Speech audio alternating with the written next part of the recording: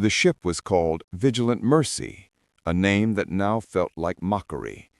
It carried the remnants of Havlic's retinue, a handful of scribes, and an entire choir of sanctioned psychers, replacements, or perhaps sacrifices. The journey was meant to confirm containment. Instead, it became another record in the Ordo's long archive of disappearances. The first days were quiet, too quiet, Havlik thought, though he no longer trusted that word. The engines hummed at a perfect 42-cycle frequency.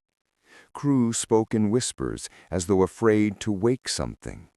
Even the Auspex readings showed nothing beyond ordinary drift. Yet everywhere he walked, he felt it, that same slow pulse, steady as a heartbeat, hidden beneath the noise of the ship. He timed it once out of habit, exactly 2 seconds between beats, exactly the same rhythm that had filled the Psycher's cell on Tarsus Prime.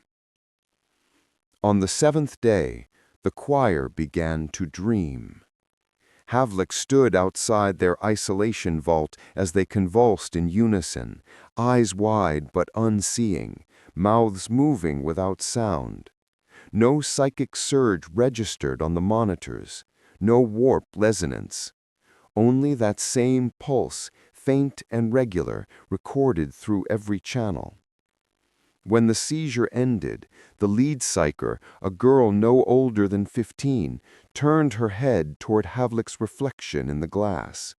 Her lips parted. Her voice came not through the air, but through the hull, low, patient, echoing from everywhere at once. The lights flickered. Then silence. The tech priests began their investigations. They tore through conduits, recalibrated the warp drives, ran 1,000 purity diagnostics. All readings were perfect. Yet one by one, they began to fall still. Not dead, still. Frozen mid-action, their mechanical limbs whirring faintly as if waiting for a command. When questioned later, the survivors said the same thing. We heard a call, a voice made of quiet. In the observation dome, Havlik stared out into the void. The stars were dimmer than before, not obscured, diminished, as though something vast and unseen drifted between them. He tried to pray, but his words would not rise beyond his breath. He realized then what the Psycher's message had meant. Silence was not absence. It was presence, immense, patient, endless. And it was listening. The Vox crackled that night, though every comms channel had been sealed. Havlik opened the feed, expecting static. Instead, he heard the sound of breathing, slow, measured, human. Then a voice, his own. Faith is the only sound left. He cut the channel and stared at the console until dawn. By the 10th day, the Vigilant Mercy drifted without orders. The crew moved like sleepwalkers. Every corridor thrummed with that same steady rhythm. Havlik recorded every minute in his log. His final entry was brief. The silence spreads. It does not kill. It waits. When we stop praying, it will speak again. When the Vigilant Mercy failed to arrive at port, the Adeptus Mechanicus declared it lost in the warp. Months later, an automated beacon from the vessel was recovered drifting in deep space. It contained only one transmission. A heartbeat. 2 seconds apart. Endless. 43 days after Vigilant Mercy vanished, a signal bled through the void. A single pulse. 2 seconds apart. Endless. The Mechanicus registered it as an anomaly. The Ordo Malleus labeled it quarantine grade. Yet the forge on Hestia 7 wanted the ship's machine core, and greed, as always, outvoted faith. The salvage cruiser Omnis Herald reached the coordinates first. No warp flare, no wreckage, just the ship, drifting, intact, lights cold, vox silent. Maglocks hissed as the boarding party crossed the threshold. 10 adepts, 1 magos, no priests. They found the air breathable, the corridors untouched, the bulkheads still warm. And beneath it all, at first they thought it mechanical, feedback from the reactors. But the rhythm came from everywhere, walls, deck, even the air. When they checked their auspex, the data looped. Every 10 seconds, the data repeated itself, perfectly identical, like the ship was copying its own heartbeat. In the bridge, they found Havelock's log. The last entry ended mid-sentence. The words, "It waits." Beside the console lay a rosarius, still glowing faintly. No blood, no sign of struggle, just that sound. Steady, human, alive. When the Magos touched the console, every lumen on the ship came online. Crew manifests filled the screens, names, ranks, heart rates, all active. Yet no bodies were aboard. Only empty voids where heat signatures should have been. One adept whispered, "They're still here." Then his voice cut out. Through the vox came a voice, soft, calm, and wrong. "We are listening." The Magos ordered immediate retreat. Half obeyed, half stood motionless, heads tilted, listening to the hum. When the Magos turned to pull them free, one of the adepts spoke, without moving his lips. 2 seconds apart, forever. They sealed the bridge and fled, but the corridors had changed. Doors no longer open to the same places. Every path turned inward, always back toward the pulse. In the dark, the Magos realized the ship was not haunted. It was awake. He triggered a containment blast, cutting power to the core. The hum faded. For a moment, only silence. Then a breath.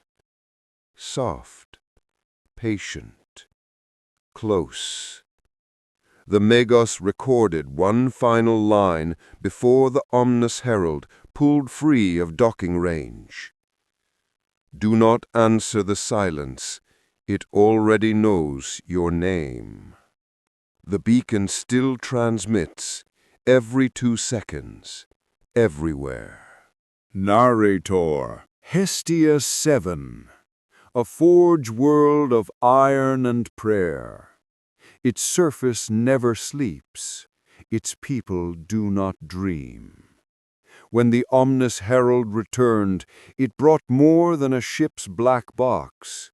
It brought something the data could not define. A pulse. The recovered fragments were sealed inside Archive Vault 9, an isolated chamber beneath kilometers of steel. Only the Mechanicus overseers and one inquisitorial observer were allowed inside. They called it an echo analysis. They thought it would be clean. They were wrong. The first sign came within hours. The vault's machine spirits refused to sleep. Monitors stayed active even after shutdown. Data loops repeated endlessly, each ending where it began. Each cycle the same rhythm, 2 seconds apart. At first, the adept thought it error. Then they noticed the loops were changing, each one slightly slower, as if the data itself were breathing. A tech adept ran a spectroanalysis. He filtered the waveform. There, hidden beneath the hum, a human pattern, a voice. "We brought you home." The adept froze. He shut the console, and for the rest of his service he never spoke again. Across Hestia 7, systems began to fail. Not violently, quietly. Engines slowed their pace. Production lines fell still. Even the forges cooled, one by one, until the entire manufactorium seemed to hold its breath. When the overseers ran diagnostics, they found no malfunction. The machines had simply stopped, waiting. In the upper spire, the inquisitorial observer recorded his report. His voice trembled. "The silence from vigilant mercy has entered the noosphere. It does not corrupt. It synchronizes. Every cog, every servo, every breath aligning." When he finished, his vox cut to static. Then a second voice bled through, calm, emotionless, clear. "Silence was never the absence of sound. It was the order beneath it." The mechanics purged the vault. They sealed every archive that touched the signal. But containment meant nothing. By then, the pulse had already moved, through cables, through prayers, through thought. When the forge chimed the next morning, every clock on Hestia 7 struck the same second. Every heart beat once, and then nothing. Reports claimed the entire forge world went still for 13 minutes. No work, no speech, no sound. Only the pulse. 2 seconds apart. Perfect. When contact was re-established, the mechanics declared the event contained.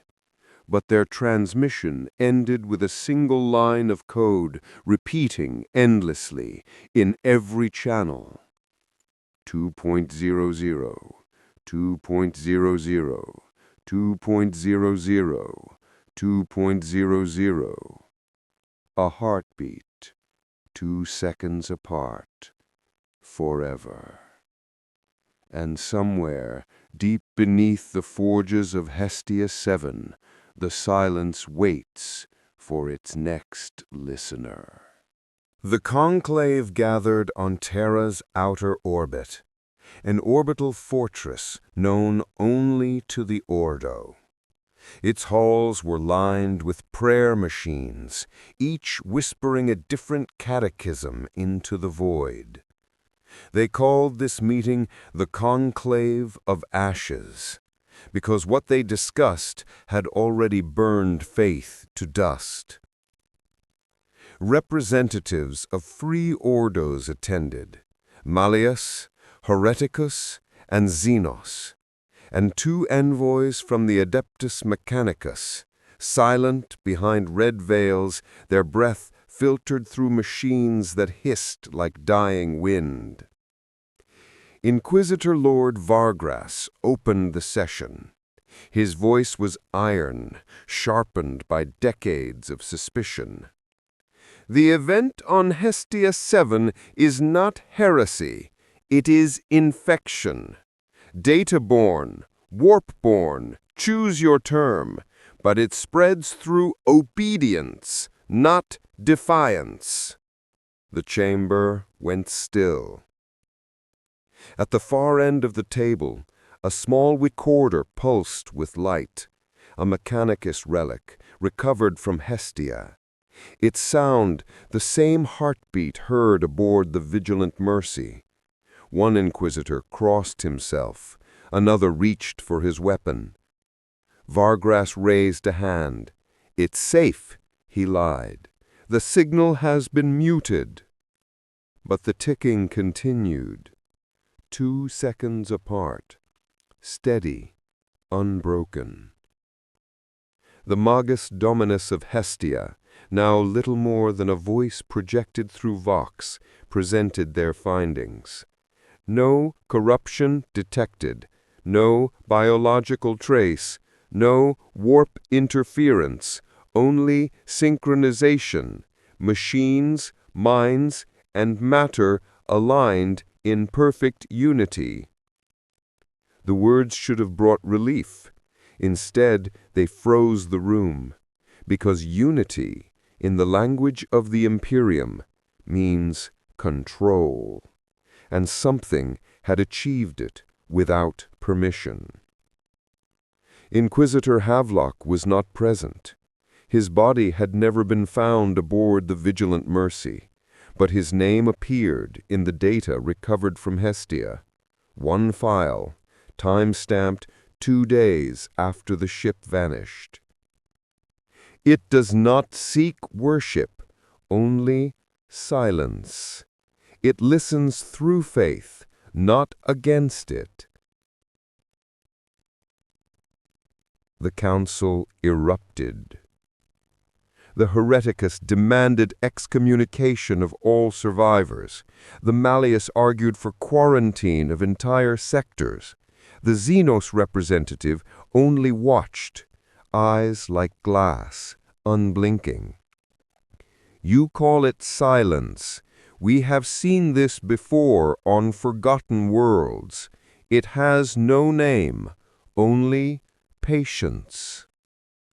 Her words hung in the air like dust. Every servo skull in the room flickered once, then went dark. When the lights returned, the recorder at the table was gone. In its place lay a single data slate, unmarked, still warm. Vargas approached. He touched the screen. A single message appeared. "Do not fear the quiet. Fear the answer." The conclave sealed every record of the meeting. All attendees were placed under oath of silence.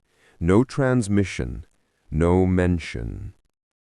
But silence spreads even when forbidden. By the next cycle, more ships had reported rhythmic interference, 2 seconds apart, always the same. And within the halls of the conclave fortress, the servo machines began to hum in perfect synchrony. Faith still held the Imperium together. But beneath that faith, something else was listening. Patient, endless, counting every heartbeat, 2 seconds apart. The following file was never meant for the Ordos. It was marked Private Thought Record, Inquisitor Sarah Hine, Ordo ex Xenos. Recovered only once from an abandoned archive beneath the Martian noosphere. Log Entry 41. Clearance Sigma Obsidian. They think the silence began with Vigilant Mercy. They are wrong. I have heard this rhythm before, years ago, on a world that no longer exists in the Administratum. Its name was Vos Prime, a barren mining world on the edge of Segmentum Obscurus, forgotten, erased, buried under 100 excuses. But I remember what I saw there, and what I heard. The miners reported sound beneath the crust, a beat, regular.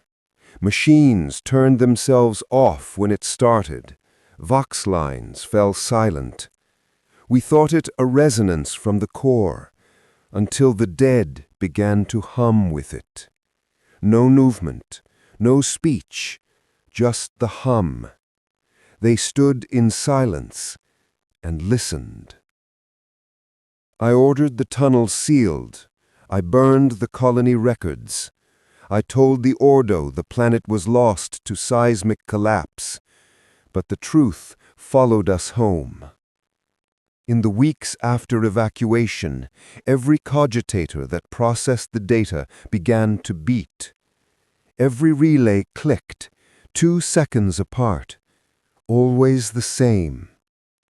We dismantled the machines, we cleansed the memory banks, yet still the sound remained, echoing through empty rooms, as if the silence itself remembered. I now believe the phenomenon is not of the warp. It is older, something that existed before the Imperium learned to speak. It does not corrupt, it does not destroy, it aligns. Perhaps that is its weapon. In every report, the same pattern repeats. First, quiet, then synchronization, then absence. Worlds fall silent, but never empty. Every breath, every circuit, every living rhythm becomes one. No heresy, no rebellion, only harmony. They called it salvation. I called it extinction by stillness. If this log is ever found, it means the conclave has failed. The silence has reached the Ordos. I leave this warning to whoever still listens. Do not seek the source. The source is seeking you. And when you finally hear the silence clearly, it will already be inside your thoughts. The log ends there. The file was sealed by the Ordo ex Xenos under 40 layers of encryption. Yet the heartbeat remains in the background, steady, unbroken, alive. They say Inquisitor Sarah Hine vanished soon after recording this entry. Her ship's transponder last reported a single signal, 2 seconds apart. Endless. After the Conclave of Ashes, the Inquisition moved with precision. No proclamations, no trials, only fire. Every archive that held the Hestia 7 data was sealed, then purged. Every servitor that handled the transmissions was scrapped, its memory core slagged and sanctified. They called the operation the Purge of Silence. But silence cannot be purged. It waits. It listens. In the sealed halls beneath Terra, scribes in gray robes carried out deletions they did not understand.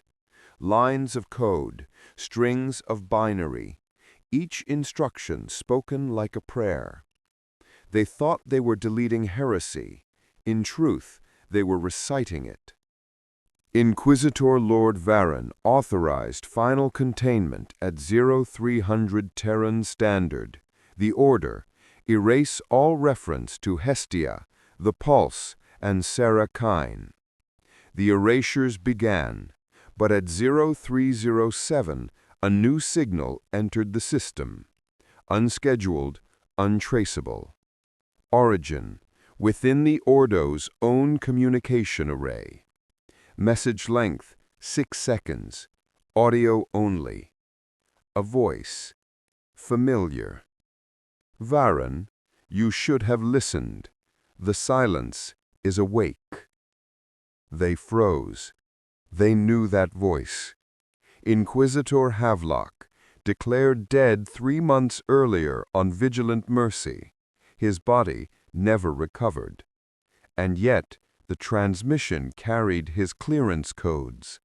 Unforged, untouched, authentic. The purge halted. The Ordos locked down the fortress, all systems isolated. No vox, no astropathic signals. Still, the pulse continued, through walls, through the minds of those who listened too long. Every 2 seconds, always 2 seconds. By dawn, Inquisitor Lord Varan authorized a countermeasure. A retrieval team was dispatched to locate the source of the transmission. They traced it to the outer void, a derelict ship drifting near the edge of the Sol system. Registry code, Vigilant Mercy. Boarding complete. No signs of life. No power readings. The team advanced through corridors burned by void exposure, every surface coated in frost, every lumen flickering in unison. And from the heart of the ship, a voice whispered through the static.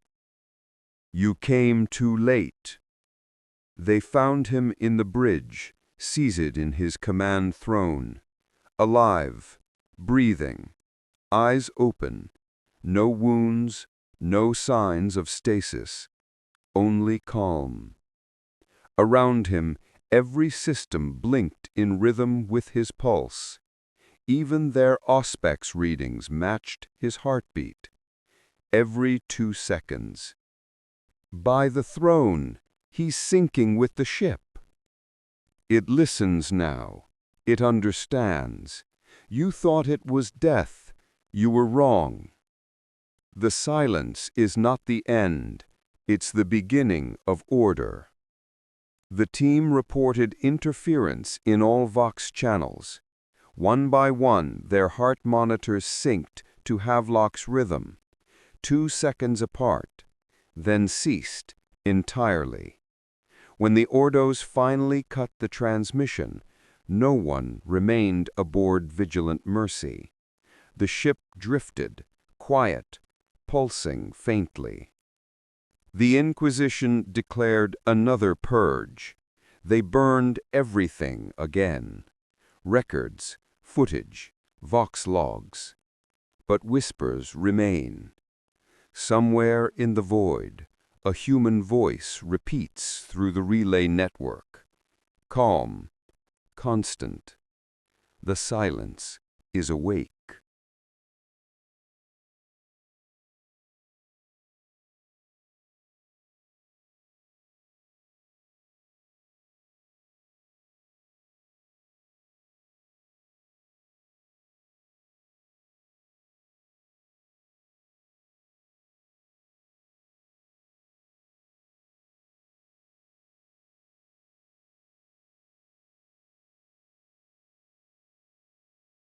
The remains of the Vigilant Mercy arrived at Mars under total data quarantine. No Vox transmissions, no astropathic relay. Every record written by hand on sanctified parchment. The ship was dead, or so the Mechanicus believed. They called the recovery Operation Red Sigil. Its purpose, to dissect the anomaly called Havelock. Its method, absolute isolation. In the deep laboratories beneath the Noctis Forge, tech priest Magos Loreth presided over the containment. She had overseen dissections of demon engines, xenospore reactors, even sentient warp code. None of them frightened her. This one did. Because Havelock still breathed. Loreth, through Vox filter. Subject exhibits stable vitals, no movement, neural pattern is static, no deviation. Assistant tech adept. Magos, the auspex field, it's syncing to him again. Loreth, impossible. Field is self-contained, no external signal. Assistant, quietly. Then it's internal.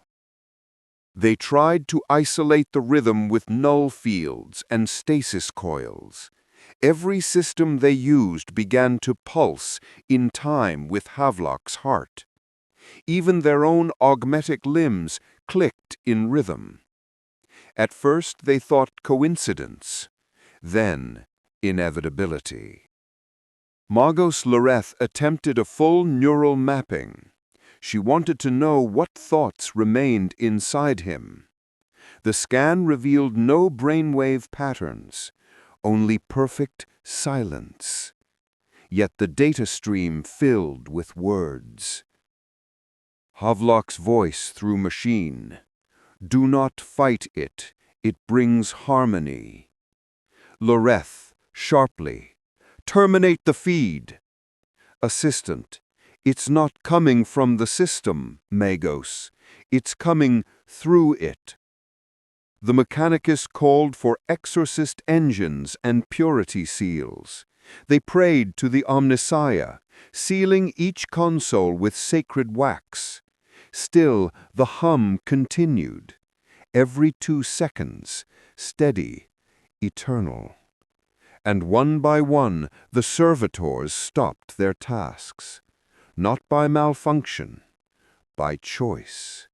They turned to face the containment cell, knelt, and listened. Loreth realized then Havelock was not infected. He was the carrier signal. The silence used him as a conduit. Through him, it could speak to machines. Through the machines, it could learn. And through learning, it could spread. Loreth, frantic whisper, vox distorted. Seal the forge, burn the node, cut the data. The narrator called for exorcist engines and purity seals. They prayed to the Omnissiah, sealing each console with sacred wax. Still, the hum continued. Every 2 seconds, steady, eternal. And one by one, the servitors stopped their tasks. Not by malfunction, by choice. They turned to face the containment cell, knelt, and listened. When the containment chamber was reopened, every system was dark. No life signs detected, no voices heard. Yet the monitors recorded a single line of data, unsent, unread. The Omnissiah has heard the silence. The Moraine Supreme Judgment Day was filed in RCGE. They denounce themselves for contact with X-Ment and seek compensation for any adverse impact on the Imperium. In this, all records must be sealed. No advertisement, no public notice. I approve. Drafted an Endartemia. Tasked Extemia. Signed an L. Caragus. On Terra. The choirs of the astropaths have no dawn or dusk. They live in shadow, connected by pain and duty.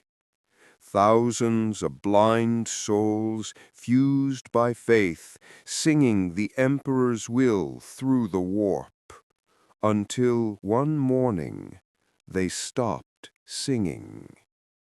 At first, the silence was mistaken for exhaustion. Their bodies lived, their minds did not respond. But monitors showed a single rhythmic pulse, 2 seconds apart. The Adeptus Astra Telepathetica summoned Inquisitor Varan to investigate. He entered the choir vault, where thousands sat in concentric rings around the throne's beacon. No voices, no movement. Only the faint shimmer of their psychic aura, each one flickering in perfect rhythm. He described the sight later in his private record. It was as if faith had learned to breathe without us. The attending psychers tried to probe the silence. Every attempt failed. Their minds met not emptiness, but order. Where chaos should have been infinite and hungry, there was a pattern, repeating, regular, peaceful, too peaceful. Then the first words appeared, not spoken, transmitted, a psychic echo threaded through every mind in the chamber. Do not fear the quiet. The Emperor is listening. The words struck them like cold wind. They were too perfect, too calm, carrying no trace of human origin. Within hours, the silence spread across the choirs of the segmentum relay stations. Astropathic communication collapsed. Worlds went dark.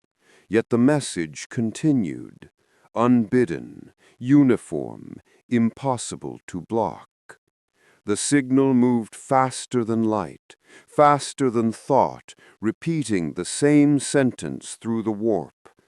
The Emperor is listening. The ecclesiarchy declared it a miracle. The Inquisition called it contamination. The Mechanicus demanded containment. None could prove the message false. None could explain why, when translated into data, the pulse matched the rhythm recorded on Mars, 2 seconds apart. Always 2 seconds. Inquisitor Varron ordered a test. He commanded a single astropath, chosen from birth for strength, to reply to the message. The answer came instantly. You have always been heard. The astropath's eyes bled white light. No pain, no scream, only a faint smile. Then his body stilled. That was the last human voice transmitted through the imperial choirs. Since that day, the message has never changed. Every relay, every astropathic whisper carries it across the galaxy. The Emperor is listening. Some believe it means salvation. Others hear warning. But those who stand near the choir vaults on Terra say the pulse feels closer now. They swear they can hear a second heartbeat behind their own. Faint, patient, 2 seconds apart.